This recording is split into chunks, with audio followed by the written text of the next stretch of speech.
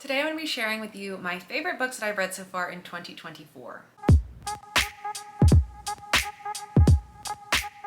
I have read about 80 books in the first half of 2024 so far, and today I'm going to be talking about my top 15-ish. You'll understand why I say ish once we get through all the books, but about 15 books that I really have enjoyed so far. These are my top tier books of the year so far, and I'm very excited to see once we get to the end of the year which out of this bunch end up making it into my very top 10 picks for the full year. I do like doing a mid-year check-in because there's a little less pressure to narrow the list down super far. I love having just a top 10 of the year, but at the mid-year point, I feel like I can tell you about a little more. We've got some honorable mention type of books in here, and I tried to pick everything along a superlative. So the first batch of books we're going to go through is just books that I think were super solid at what they were trying to accomplish. So those are kind of in the honorable mention section, and then we'll get into books that have very specific superlatives attached to all of them. Also, all of these books I either rated 4 stars or above, so I'm not going to go into my specific rating for all of these. Just know these are all my top tier favorites. I picked 5 books that would fit the super solid category, and this is my pick for a super solid mystery thriller, The Return of Ellie Black by Emiko Jean. This is a detective mystery where you're following the story about this girl, Ellie Black, who disappeared several years ago. Now she has reappeared, but she's not really talking, and you're following the detective's perspective as she's trying to figure out what happened to Ellie while she was gone and to try to save other people. This mystery is especially important to the detective because her own sister went missing many years ago, so she feels this need to get justice for it. And throughout the story, you're following different points in time to try to piece together the mystery of what went on. I think the writing in this was great, the mystery was great, it kept me intrigued the whole time, and it surprised me at the end.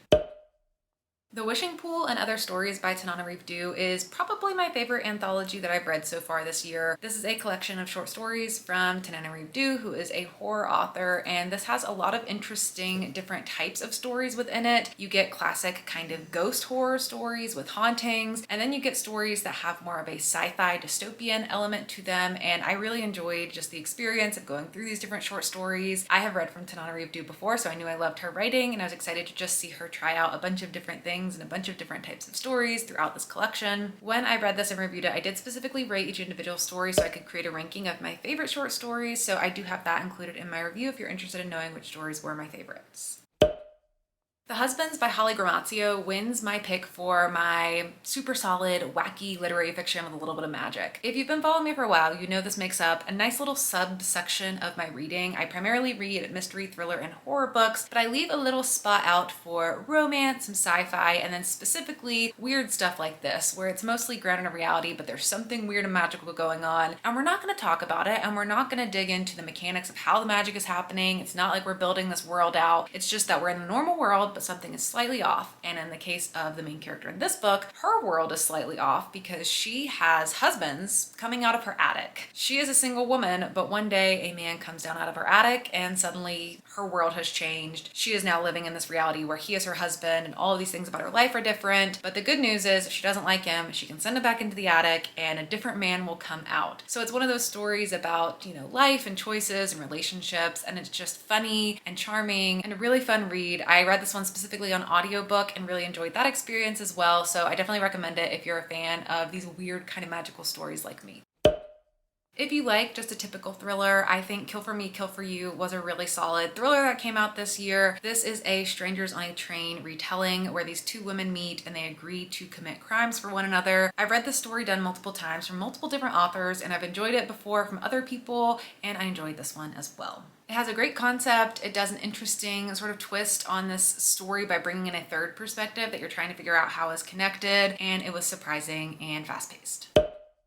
And finally in this category is a horror book, and that is Chlorine by Jade Song. This is a literary coming-of-age horror story about this girl who is a swimmer, and she is really preoccupied with wanting to be a mermaid. I love weird horror books like this that also have something to say. I think the writing in this was gorgeous. It was also a book I did an audiobook, and I really enjoyed it. Now we can move into some of the books I've chosen superlatives for, starting with the most surprising / unique thriller. And for this, I have two different picks. The first one is The Sleepwalkers by Scarlett Thomas. This was surprising to me because it just sounded like a typical domestic thriller, but the experience I had with it and seeing the structure of the story was so surprising and unique and fun and just a little bit different. It's not wildly different, it's not wildly weird, it's just a little more stylistic and experimental and creative, which was a really fun delight in thinking I was just getting a typical domestic thriller, and instead I had this really cool, unique experience. This is a story about this newly married couple who is going on their honeymoon on this island in Greece, and the place they're going has some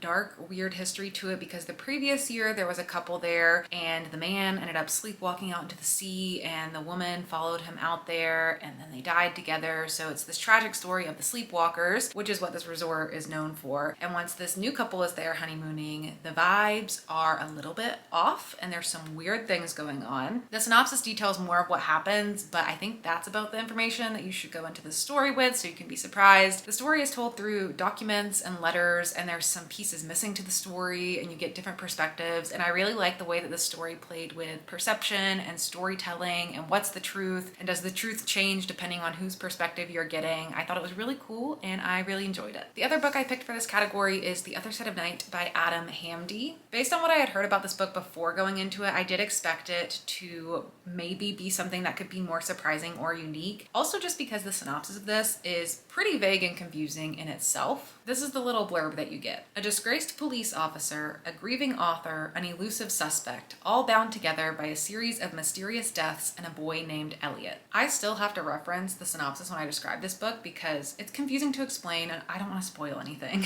So the story begins with a guy named David Asha writing about his biggest regret, his separation from his son Elliot. In his grief, David tells a story. Next, we step into the life of Harriet Keelty, a police officer trying to clear her name after a lapse in judgment. She discovers a curious inscription in a secondhand book, a plea. Help, he's trying to kill me. Who wrote this note? Who is he? The note leads Harry to David Asha, who was last seen stepping off a cliff. Police suspect that he couldn't cope after his wife's sudden death. Still, why would this man jump and leave behind his young son? Quickly, Harry's attention zeroes in on a person she knows all too well. Ben Elmis, once the love of her life, a surrogate father to Elliot Asha and trusted friend to the Ashas. Ben may also be a murderer. So there's all these weird connections and you're following all these different perspectives and you're like, what happened? What am I piecing together here? What's the story? And I really like the direction that the story went and the themes that it covered, the way the story unfolds. It's described as a more thought-provoking and emotional thriller. So again, it's not your typical domestic thriller. It does some things that are unique and surprising, and I always love finding that in the thriller genre. For the next superlative, I also picked two books because I could not decide between these two. They were both just perfect for this, and this is most memorable / fun reading experience. For that, I had to choose Butcher and Blackbird by Bryn Weaver and Bride by Allie Hazelwood. Both of these were recorded in reading blogs that I did throughout the year, so you can see my experience with both of these books if you want to go hunt that down and check out those videos if you missed it. And if you would have told me last year that I would be reading and loving these books, I would have been very surprised.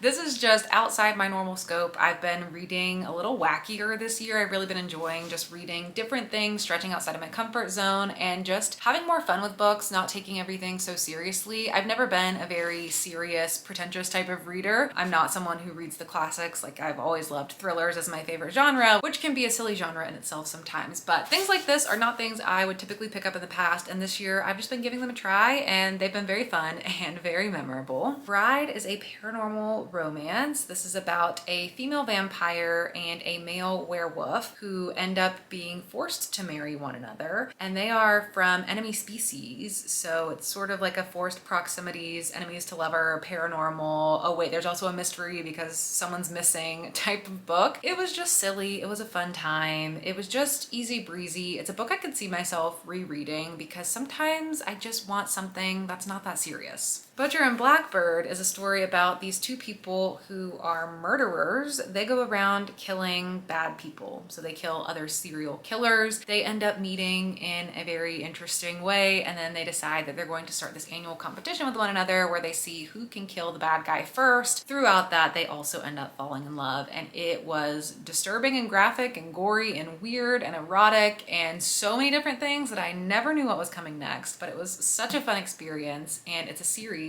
so I will definitely be continuing in it. Okay, we talked about the silly reads. Sometimes I also like for my brain to do some work while I'm reading. I like books that can be thought-provoking. So I selected a book for most thought-provoking, and that is Happiness Falls by Angie Kim. This is a philosophical mystery that is following this family in the aftermath of the father going missing. There is so much going on in this story, so many layers and themes to go through. The family is a biracial Korean American family living in Virginia, so that alone just sets all these different circumstances on them with how their story goes. The father goes missing with the son with him at the time, but the son has Angelman syndrome and is nonverbal and cannot communicate with the family what actually happened to the father, and then he himself might also look a little suspicious in the circumstances. And you're following the story from the daughter Mia's perspective, and she is just processing everything that's going on in her family and all these different complications that she's had with her siblings and her father, and going back and finding this research he was doing, and that dives into happiness in a different way. There's so many different layers and levels and things that I just really loved in this, as well as I just love the writing of it. I think it was beautifully written, a compelling mystery that had me hooked throughout the entire book for the mystery part of it as well. But in general, just such a thought-provoking book that really makes you think about so many things. Next up is most emotional. I do cry reading books sometimes. I don't always remember which books made me cry. Sometimes it'll just sort of make me tear up a little bit in the moment. I'm not usually a sobber with my books, but this book brought on the tears for me, and I remember crying so much in this book, and that is Here We Go Again by Alison Cochrane. This is a romance book, but it is an emotional romance book. I wrote about this one in my review. I came for the sapphic romance, stayed for the queer found family, and philosophical heartwarming / heartbreaking narrative about making the most of your life while you've got it. In this story, you're following Logan and Rosemary, who are two teachers who were best friends back when they were children and teenagers, but now they are sort of enemies, but they're still in the same town, still teaching, and they're still connected by their favorite English teacher. When the book kicks off, their former English teacher that connects them is dying. He only has a couple months left to live, and he wants to use that time to take a road trip back over to Maine across the country, and he wants Logan and Rosemary to take him. And so in this book, you're following an unlikely bunch of people together on a road trip, and a romance does develop between Logan and Rosemary along the way, but a lot of it is just about appreciating your life and what you're doing with your life. And the whole time you're also knowing this man is dying, and that's breaking your heart. And there's a lot of sadness, but there's also a lot of queer joy in this, especially as they're making stops along the country and just seeing all these different places where they can find community in all these different places around the country. It was just beautiful. It had me sobbing, and I absolutely loved it. I'll just go ahead and finish all the rest of my romance books right here so they're all batched together. For my pick for best romance book so far of the year, I could not pick one because I read multiple Abby Jimenez books this year, and how could I only pick one? So my picks for best romance are Yours Truly by Abby Jimenez and Just for the Summer by Abby Jimenez. These are technically both in the same series. I did read the first book, Part of Your World, last year. It was also a 5-star, so if I had read it this year, they'd all be right here together. But these are the two that I've read this year, and I loved both of these so much. I think they were perfect. I think Abby Jimenez writes perfect romance books. They are also romance books that have a lot of cute moments, but they also have a lot of sad, heartbreaking moments, a lot of real life problems and challenges, a lot of emotional topics, a lot of trauma, which if you can't tell, that's something that I do gravitate towards in a romance book. I like when there are real life challenges, real life hardships, but romance prevails anyways. In Yours Truly, you're following two doctors. You have Dr. Brianna and Dr. Jacob, and Brianna is recently divorced, and her brother is pretty severely going through kidney disease, and then she gets a new guy coming into her hospital, which is Jacob, and he just seems grumpy and awful and horrible, and he makes a really bad first impression on her, but then he ends up apologizing to her in a letter, and then they start writing letters back and forth, and then they develop a romance, and it is beautiful. And then in Just for the Summer, you're following two characters who are both cursed. They have found themselves in this circumstance many times where they date someone, and then after they break up, the person that they dated goes on to find the love of their life, and so they decide that they'll have a little fake dating situation where they will date each other, and then they assume that when they break up, they'll be able to find their own soulmates, but they end up catching real feelings for each other. And again, so good, so perfect, so wonderful.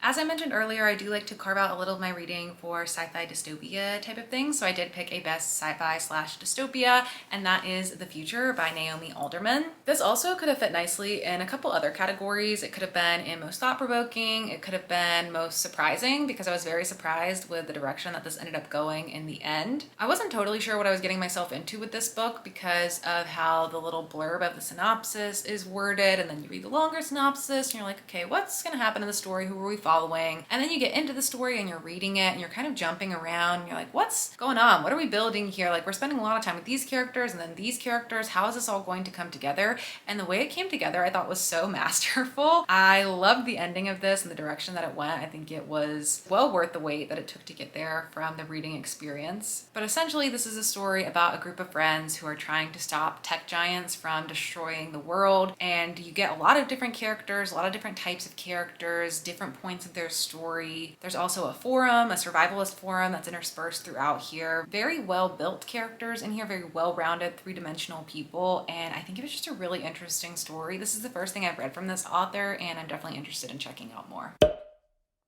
For best horror book, I have Diavola by Jennifer Thorne. I still never know if I'm saying that right, so Diavola, I don't know. But you get the point, you see the book. This is not necessarily your typical horror book. A lot of the horror in this story is around toxic family dynamics. I know the cover looks very haunting, and there is a haunting element in this book, but I don't want you to hear like haunting, haunted house, haunted villa, and think that you're getting one thing and then really it's another. A big focus of the story is the toxic family dynamics. You're following this family that's going on this vacation in Italy, and the main character is the woman who is the black sheep of the family, and a lot of it is just watching her suffering through the way that they treat her and talk about her, and just all the stuff she has to deal with in her family, which is probably relatable for a lot of people. And the villa they're at may or may not be haunted. And then the story takes a direction that I was not expecting, and I feel like it's a direction some people might not enjoy, but I had a lot of fun with it. I loved this main character. I found the story to just feel original and fresh, and I had a really good time with it.